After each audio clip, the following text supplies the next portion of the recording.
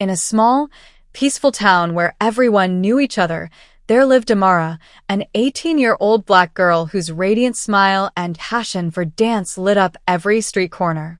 From a modest but loving family, Amara had grown up with strong values, honesty, and respect for others. Despite the daily struggles, she maintained an unwavering optimism and held a burning dream to become a professional dancer. Although young, Amara had managed to save money through small jobs and the support of her family, allowing her to buy a used car, a symbol of her independence and hard work. That day, as she stopped in front of the store in her luxury car, she felt a mix of pride and apprehension.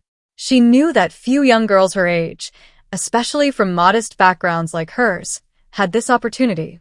Inside the store, Amara went to the refrigerator to grab a bottle of water. She quickly noticed the cashier's persistent gaze, a man older than her whom she had seen around the neighborhood several times. His stern and suspicious expression made her uncomfortable, but she paid little attention. After all, she was just there to buy water. However, as she made her way to the register to pay, the cashier's attitude became more oppressive. He stared at her as if waiting for her to make a mistake. Feeling uneasy, Amara handed him the money with a polite smile, hoping to lighten the atmosphere. But the cashier remained cold, accepting the money slowly, while continuing to scrutinize her with piercing eyes. When she left the store, a feeling of discomfort lingered. She got into her car, but barely had she closed the door when she saw a police car approaching rapidly in her rearview mirror. The officers immediately got out and ordered her to exit the vehicle. Amara stepped out of her car, her heart pounding. She knew she hadn't done anything wrong, but the officers' abrupt behavior made her anxious. One of the officers, a man with a hard gaze and clenched jaw, approached her with a suspicious expression. He scanned her from head to toe before glancing at the car. "We received a call about a car theft in the neighborhood," he said sharply. "And I'm sure this car doesn't belong to you. Do you have an explanation?" Still in shock, Amara stammered a few words. It's my car. I bought it with my savings. I have the papers in the glove compartment if you want to check." The officer raised an eyebrow, clearly unconvinced. "A young girl like you with a car like this? I'm sorry, but that doesn't add up. Either you stole it, or your parents are involved in illegal activities." At those words, Amara felt a knot in her stomach. How could she be accused of such a crime simply because of her appearance and modest background? She tried to stay calm, knowing that overreacting could make the situation worse. "Sir, I assure you this car is mine. I haven't done anything wrong." The second officer, who had been silently observing the scene, spoke in a less aggressive tone. "Show us the papers, please. If everything checks out, you can go without any problems." Amara nodded and slowly approached the car, aware of the two officers' piercing gazes fixed on her. She opened the glove compartment, took out the documents, and handed them to the officer. He examined them carefully, his eyes moving from the registration card to Amara, then to the car. Paul looked at the papers Amara handed him. Everything seemed in order, but a doubt crept into him, fueled by his own prejudices and the distrust Jacques had instilled in him. As Amara waited nervously, Paul turned to her with a calculating look. "We'll do a quick check," he said, keeping the documents in one hand while scanning the car with his eyes. Then, making a split-second decision, he approached the driver's side door and leaned inside. It was at that moment that Paul began to search discreetly inside the car. He pretended to look for any anomaly, any clue that could justify his suspicions, but in reality, he was looking for a way to complicate things for Amara. As he slid a hand under the seat, his fingers closed around something metallic. He discreetly pulled out a firearm he had on him and, making sure Jacques wasn't looking, slipped it under the driver's seat. Paul straightened up, his expression serious. "Is there something you want to tell us, Amara?" he asked, his tone more insistent than before. Amara, who had been watching the scene with growing concern, furrowed her brows. "No, sir. I've told you everything. This is my car, and I have nothing to hide." Paul stared at her intensely, his eyes gleaming with a look Amara couldn't understand. "Where's your boyfriend?" he asked suddenly, changing the subject. Amara, surprised by the question, stammered in response. My boyfriend? He was with me this morning. I dropped him off at his place about 30 minutes ago. Why? Paul nodded as if mentally noting every word. And this weapon, he said suddenly, his voice cutting through the heavy silence. Give me the papers for this weapon and your license if you have one. Amara's blood ran cold. What weapon? I don't have a weapon, sir. I don't even know how to use one. Paul shook his head with a half smile, a smile that didn't bode well. You mean you're not aware of the weapon under your seat? Amara's eyes widened in horror. No. That's impossible. I didn't put anything there, I swear. Her heart pounded, and she felt trapped, like an animal caught in a snare. She knew she hadn't done anything wrong, but how could she prove her innocence when everything seemed to be turning against her?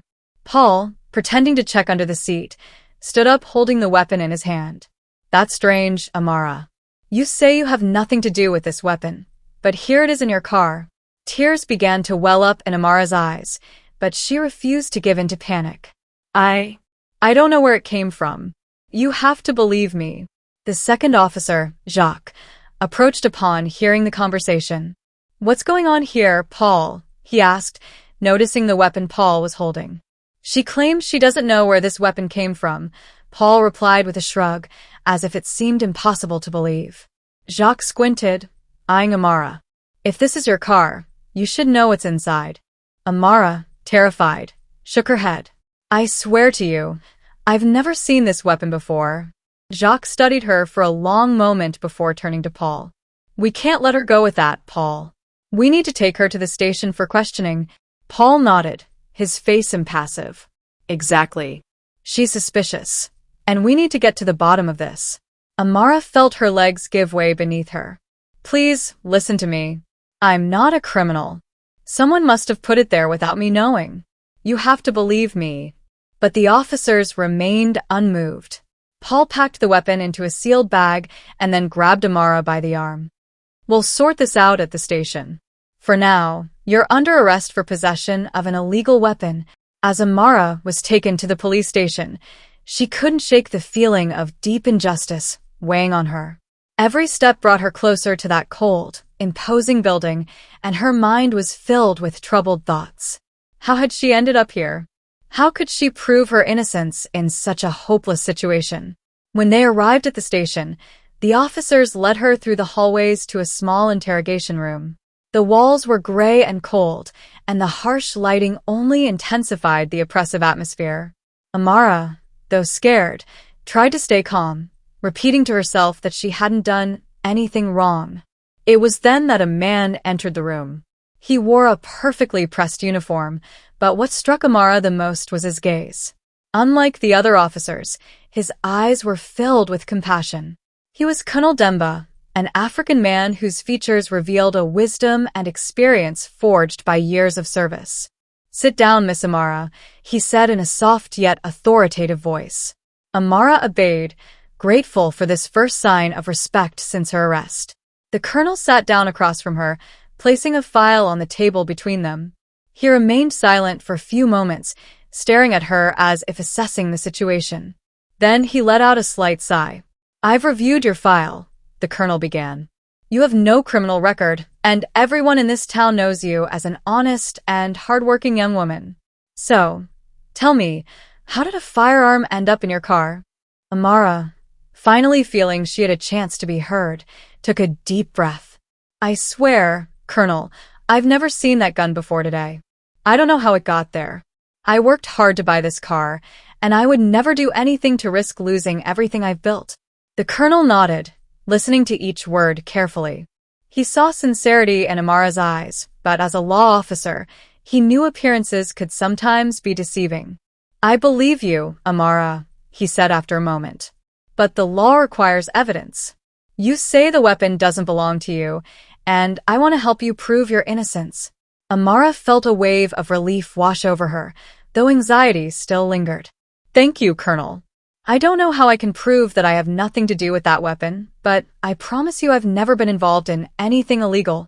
Colonel Demba stood up and began pacing the small room. There's something off about the story, and I intend to find out what. I will order a more thorough investigation. Amara sat quietly, trying to control her emotions while Colonel Demba thought about how to proceed with the investigation. He knew that every minute counted, and he didn't want this young woman to suffer an injustice.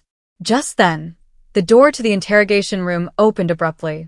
Amara's parents, visibly anxious, entered the room. Her mother, a gentle yet determined-looking woman, rushed to her, while her father, a tall and imposing man, shot a hard glance at the police officers present.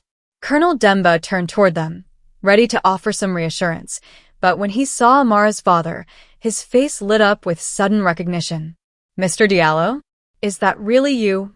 Amara's father, surprised, looked up at the colonel. After a moment, a warm smile spread across his face. "Colonel Demba? I can't believe it's you." The two men shook hands firmly, and it was clear they knew each other well.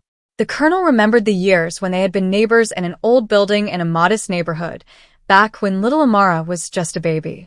Amara's father was a respected man known for his integrity and honesty, and Colonel Demba had always held him in high regard. "I'm sorry we're meeting under such circumstances," the colonel said, nodding. "Your daughter assures me she has nothing to do with this weapon, and I believe her. But we must gather evidence." Amara's father nodded, his concern still evident on his face. "I trust you, Colonel. I know you'll do everything in your power to uncover the truth." The colonel then turned to the other officers present. "We're going to investigate this thoroughly. First, I want the weapon found to be examined for fingerprints. Second, I want us to check the surveillance footage around the store where Amara stopped. And lastly, I want us to interview the officers who were present to understand how they discovered the weapon." At that moment, the door to the interrogation room swung open again, revealing a young, visibly nervous officer holding a file in his trembling hands. The colonel turned toward him, his piercing gaze cutting through the air. "What's going on, Pierre?" he asked authoritatively. Pierre, still hesitant, took a deep breath before speaking. "Colonel, I think you need to see this." He handed the file to the colonel, who quickly opened it. Inside was a series of photos and a detailed report. But what immediately caught the colonel's attention was a video. Colonel Demba inserted the USB key attached to the file into a laptop placed on the table. The video began playing, revealing footage filmed by a patrol camera.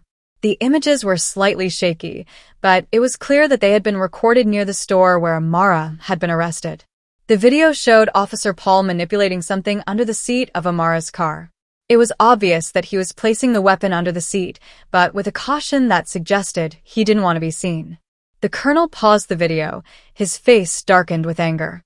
"What is this?" he asked, his tone turning icy. Pierre lowered his gaze. "This is evidence that Paul placed that weapon in Amara's car, Colonel. The officer who filmed this video confided in me that he was fed up with the abuse of power and injustices committed by some of his colleagues. He recorded this video to prove the truth." Paul was summoned. Colonel Demba greeted him with an impassive expression. "Paul, I've watched the surveillance videos. It seems someone placed a weapon in Amara's car before her arrest. Do you have anything to add?" Caught off guard, Paul tried to remain calm. I don't know what you're talking about, Colonel. It might be a mistake." Demba wasn't impressed. "Paul, you've served under my command for years. I hoped I would never have to say this, but the evidence is against you. We will have to suspend you from duty while we continue this investigation." Seeing that the colonel wasn't joking, Paul started to panic. "Colonel, listen. I didn't have a choice. I was pressured to find a suspect quickly, and—" "Who pressured you?" Colonel Demba asked with cold determination. Paul lowered his gaze, unable to respond. "I can't talk about it." "You'd better speak up, Paul. You risk far more than a suspension if you continue to stay silent." Feeling the weight of his guilt and the situation growing heavier, Paul cracked. "It was shock. He told me to make sure Amara was arrested. He convinced me it was just a little setup to prove a point, that it wouldn't hurt anyone. I shouldn't have gone along with it." Colonel Demba sighed deeply, feeling betrayed by two of his officers. "Paul, thank you for confessing. You will be detained while the investigation continues. Jacques will also be questioned."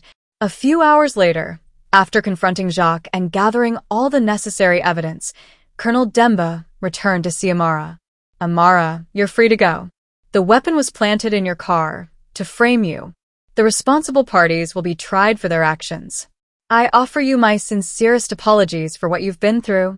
Exhausted but relieved, Amara let out a deep sigh. Thank you, Colonel. Thank you for listening to me and seeking the truth. Colonel Demba nodded, offering her a reassuring smile. You've shown remarkable courage. Take care of yourself, Amara. The next day, the news of Paul and Jacques' arrests spread quickly throughout the precinct. The officers, once respected, were now seen as traitors. Although Colonel Demba was satisfied to have uncovered the truth, he couldn't help but feel a deep discomfort. He had always advocated for integrity and honor within his team, and this case had shaken his convictions. Meanwhile, Amara, still in shock from the events, tried to return to some semblance of normalcy. She knew her life would never be the same, but she was determined not to let this injustice define her. She decided to return to work, despite the whispers and curious glances. She told herself it was the best way to show that she wasn't a victim, but a survivor. A few weeks later, the trial of Paul and Jacques began. The courtroom was filled with journalists and onlookers eager to witness what had become the case of the year. The damning evidence presented by the prosecutor left no doubt about the guilt of the two men. Their desperate attempts to justify themselves only strengthened the judge's determination to deliver a harsh verdict. In the end, Paul and Jacques were sentenced to 10 years in prison for evidence tampering, abuse of power, and endangering the lives of others. Their careers were shattered, and their lives would never be the same. As for Amara, she became a symbol of resilience for many. She used her experience to raise awareness about the dangers of abuse of power and corruption. Invited to conferences and television shows, she shared her story to inspire others to fight for their rights, even when the system seemed to be against them. Colonel Demba, for his part, continued to serve with renewed vigilance. The case had left an indelible mark on him, but it also made him more determined never to allow such abuses to happen again under his command. He now made sure that every member of his team understood the importance of honesty and justice, vowing never to turn a blind eye to signs of corruption. The brigade, though shaken by these events, found new strength through this ordeal. The remaining officers united to restore the respect their unit deserved, determined to prove that honor and justice could prevail, even in the darkest times. Finally, this story teaches us that the truth always comes to light, and that justice, though it may sometimes be delayed, always finds its way. In a world where abuse of power can seem omnipresent, it is essential to remember that courage and determination can overturn even the worst situations.